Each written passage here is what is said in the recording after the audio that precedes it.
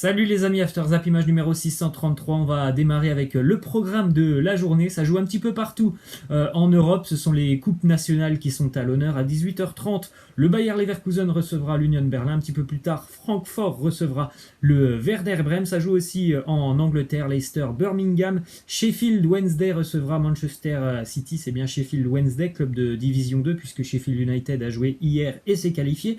Tottenham recevra Norwich. En Espagne, demi-finale retour de Coupe du Roi entre Mirandes et la Real Sociedad. Mirandes, équipe de Division 2. Et puis en Coupe de France aussi, le très joli duel entre l'Olympique Lyonnais et le Paris Saint-Germain. Quelques petites infos du côté de l'Olympique de Marseille. Le retour de Florian Thauvin dans le groupe à l'entraînement. Hier, il a effectué, on va dire, un petit rite de passage. Il est passé au milieu des joueurs marseillais, de l'entraîneur aussi. Vous voyez André Villas-Boas sur le côté lui délivrer une petite claque sur la tête. On espère donc revoir Thauvin dans le groupe marseillais pour la réception d'Amiens ce vendredi. Une autre info, on sait que l'OM recherche activement un attaquant pour le prochain mercato. On a déjà deux pistes, on a eu Michy Batshuayi et Mbaye et on a appris aussi que les dirigeants phocéens avaient supervisé à de nombreuses reprises Adrian Gerbic, l'attaquant du Clermont Foot, qui a marqué quand même 16 buts cette année en Ligue 2 en 25 matchs.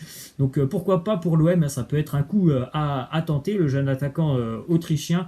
Après voilà, l'attaquant autrichien, il n'a jamais évolué au plus haut niveau ou dans un championnat, on va dire, majeur, mais ça peut être un coup à tenter pour les Phocéens l'été prochain. Ensuite, une déclaration de Jean-Michel Larquet, ancienne légende de Saint-Etienne. Il nous parle justement de la SSE. Il nous dit les joueurs sont nuls, ils sont nuls et même non investis. Ce qui pourrait être exempt de tout reproche, c'est l'un des plus vieux, Mathieu Debuchy, ou encore les deux plus jeunes qui s'appellent Fofana et Saliba, mais les autres, c'est une véritable catastrophe. C'est vrai que c'est quand même incroyable de voir cette année du côté de Saint-Etienne, où l'année dernière, vraiment, ils avaient été excellents les Verts avec Jean-Louis Gasset, puis il y a eu ce départ de Gasset. Et puis l'alchimie n'a jamais pris du côté de Saint-Étienne. Ils vont lutter jusqu'à la fin de saison pour le maintien. On pourrait peut-être rajouter dans la liste, qui est vraiment une liste non exhaustive, de Jean-Michel Larquet, Denis Bouanga, qui se démène quand même beaucoup sur le front de l'attaque, et heureusement qu'il est là. Ensuite, le pronostic de Raymond Domenech, c'était en début d'année. Il avait donné donc Paris, Lille et Marseille sur le podium au niveau du classement de Ligue 1, donc il n'est pas très loin, Raymond Domenech. Et puis relégué, il avait parlé aussi de Saint-Etienne et Toulouse, donc il est plutôt dans le vrai dans son analyse, l'ex-sélectionneur de l'équipe de France. On enchaîne justement avec quelques infos qui concernent l'équipe de France. Le tirage au sort complet de la Ligue A, de la Ligue des Nations, a été effectué hier. La France se retrouve dans un groupe plutôt compliqué, avec encore une fois la présence du Portugal, de la Croatie et de la Suède. Vous faites un petit arrêt sur image pour regarder les autres groupes, et puis aussi vous pouvez faire un petit arrêt sur image pour regarder les autres ligues, la Ligue B, C et D, avec les nations qui sont un petit peu moins importantes forcément de la zone européenne. Ensuite, justement, une petite info qui concerne Kylian Mbappé et sa présence aux Jeux Olympiques. On a appris qu'il avait été présélectionné en début de semaine. Didier Deschamps a donné son avis. Il a dit l'employeur, c'est le Paris Saint-Germain, et ce n'est pas le seul club qui pourra s'opposer à la participation de certains joueurs. Le PSG est dans son droit, comme tous les clubs, et malheureusement pour Kylian, c'était un rêve pour lui de participer aux Jeux Olympiques, et normalement, donc il n'y aura pas de JO pour Mbappé. Il sera présent pour l'Euro avec les Bleus, mais il n'y aura pas de Jeux Olympiques. Le Paris Saint-Germain a d'ores et déjà écrit à la Fédération française de football pour lui indiquer que Kylian Mbappé ne sera pas libéré pour les JO l'été prochain. Ensuite, une déclaration d'Hans-Joachim Watzke, dirigeant du Borussia Dortmund. Il nous dit Reus sera prêt dans quelques semaines, mais pour Paris, c'est trop tôt. Pour nous, c'est une mauvaise nouvelle. Marco Reus est notre capitaine, et pour ça, il est notre joueur le plus important, assurément. Voilà, pas de Marco Reus, c'est officiel pour le match retour entre le PSG et Dortmund. C'est un coup dur pour le Borussia, mais bon, voilà, ils ont déjà fait sans lui au match aller. On s'y attendait à son absence pour ce match retour, même si forcément c'est un joueur de qualité qui ne sera pas là pour les joueurs du Borussia. On part maintenant avec quelques infos du côté de la Liga. Déjà, une première info, selon un quotidien espagnol, 3 clubs anglais sont intéressés par le profil du Ghanéen Thomas Partey, le milieu de terrain de l'Atlético Madrid. Liverpool, Manchester United et Arsenal Pour le moment, il a une clause libératoire à 50 millions d'euros du côté de l'Atlético. On va essayer de le prolonger assez rapidement et puis aussi forcément d'augmenter sa clause libératoire. C'est vraiment un très bon joueur, Thomas Partey. Il ne cesse de progresser déjà depuis de nombreuses années.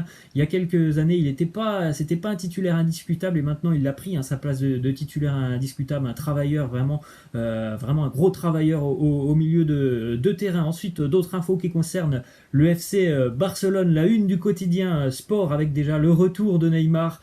L'été va se rapprocher, le feuilleton Neymar va certainement reprendre et suite à la situation actuelle du côté du Barça, le Barça pourrait encore une fois agiter le futur mercato et on pourrait donc encore avoir encore une fois un mercato assez mouvementé autour du cas Neymar.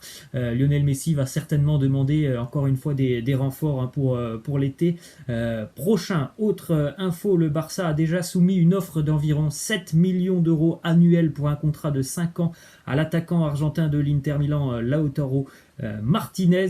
C'est un profil, je pense, que le Barça apprécierait énormément au niveau de l'attaque. Luis Suarez, il est plutôt sur la fin de sa carrière, on va pas se mentir, Luis Suarez. Griezmann n'est pas capable d'assumer le poste de numéro 9 du côté du Barça, donc un profil intéressant et surtout un joueur que Lionel Messi apprécie beaucoup, c'est Lautaro Martinez. On verra tout ça, on verra si l'Inter va repousser les offres du Barça l'été prochain. Ensuite, une déclaration de Louis Van Gaal qui nous parle de Frenkie de Jong. Il nous dit il se porte très bien si l'on considère que c'est un jeune joueur de 22 ans, qu'il est parti à l'étranger dans une culture différente. Le Barça a également payé un prix élevé pour lui, ce qui ajoute beaucoup plus de pression.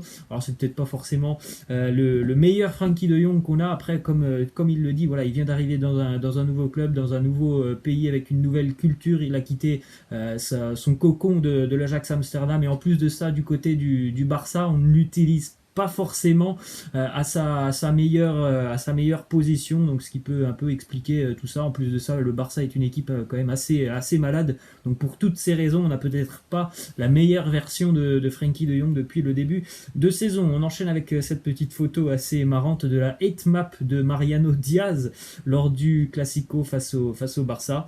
Il est parti tout simplement du rond central après son entrée à la 92e minute. Il a fait une espèce de boucle et puis le ballon au fond défilait. C'est assez incroyable cette hate map de Mariano Diaz. Ensuite, une petite info du côté du club de Valladolid pour féliciter ses joueurs de s'être imposés contre l'Espagnol Barcelone. Ronaldo, le Brésilien, a offert à tous ses joueurs un iPhone ainsi que des billets d'avion. Plutôt sympa pour avoir simplement battu l'Espagnol Barcelone qui est bon dernier de Liga, même si c'est un match important pour Valladolid qui joue le maintien. Petite info qui concerne Cristiano Ronaldo qui a bloqué le compte Transfermarkt sur Twitter puisque tout simplement Transfermarkt a annoncé que la valeur de Cristiano Ronaldo était inférieure à celle de Christian Eriksen, Paulo Dybala, Lautaro Martinez, ce qui fait de Ronaldo le 4e joueur le plus cher de la Serie A.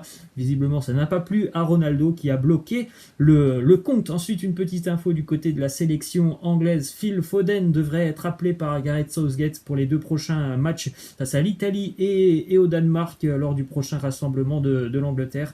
Ça pourrait être une première pour lui. Un joueur très très prometteur. C'est son entraîneur même Guardiola qui a dit « Je n'ai pas vu un talent comme ça depuis Lionel Messi ». Ensuite, du côté de Cagliari, on a limogé l'entraîneur Rolando Maran. Il a été démis de ses fonctions. C'est assez incroyable la saison de Cagliari. Ils avaient commencé les 2 premières journées de Serie A par 2 défaites et puis après ils ont eu une série de 14 matchs sans défaite en championnat. Et depuis ces 14 matchs sans défaite, ça fait 10 matchs qu'ils n'ont pas gagné un match de Serie A, cette équipe de Cagliari, qui est très très surprenante et qui est vraiment cyclique. Ensuite, les statistiques pour un joueur qui est vraiment très performant encore une fois cette année avec l'Atalanta, c'est Josip Ilicic qui a déjà battu son record de buts et de passes décisives sur une année. Regardez, 28 matchs, 17 buts déjà pour Ilicic et 9 passes décisives. C'est quelqu'un de très régulier en Serie A depuis maintenant 5 ans. Il enchaîne les saisons saison à quasiment entre 10 et 15 buts, encore une fois. C'est le cas cette année. La une du quotidien SoFoot qui titre LOL Trafford, comment Manchester est devenu un pathétique freak show. Vous pouvez retrouver le quotidien SoFoot dans vos bureaux de tabac. Ça peut être intéressant de cette petite enquête sur le club de Manchester United. Donc continue avec cette info qui concerne un parieur qui a parié sur Winamax. Il a déjà parié avec une mise de 500 €, donc c'est plutôt énorme, et il a fait une cote de quasiment 400. Donc avec les boosters, tout ça sur Winamax, il peut gagner 400 000 € si jamais le Bayern Munich s'impose ce week-end face à Augsbourg. D'ailleurs, hein, il l'a annoncé, hein, le parieur, il va se déplacer au match personnellement avec des amis pour aller voir ce match. Actuellement, on lui propose un cash-out de 292 000 €. Il ne l'a pas pris, il a dit je vais attendre le match et je veux voir l'évolution du match du Bayern. C'est complètement hallucinant. Vous pouvez retrouver un petit peu ces paris si vous les voyez en dessous. Et voilà, il y a pas mal de petites cotes, mais il y a aussi 2-3 cotes à plus de 2,5. Et c'est assez hallucinant. Il a parié un petit peu sur beaucoup de sports. Il a passé pour le moment 20 paris sur 21. Il ne lui manque plus que la victoire du Bayern pour empocher 400 000 €. Et on va terminer, les amis, avec deux questions de fin qui concernent l'équipe de France. Je vais vous reposer la question que j'avais mis hier, puisque hier, je n'ai pas compris pourquoi, mais ma vidéo était sans commentaire. Voilà, c'est YouTube qui avait visiblement bloqué les commentaires. Donc, quel doit être pour vous le défenseur gauche utilisé du côté de l'équipe de France? Je rappelle, hier, Benjamin Mendy, Ferland Mendy, Lucas Digne ou Lucas Hernandez. Et une autre question de fin, est-ce que vous pensez que comme 80% des fans de football, Dimitri Payet doit revenir en équipe de France? Voilà les amis, je vous laisse et puis je vous dis à la prochaine, ciao.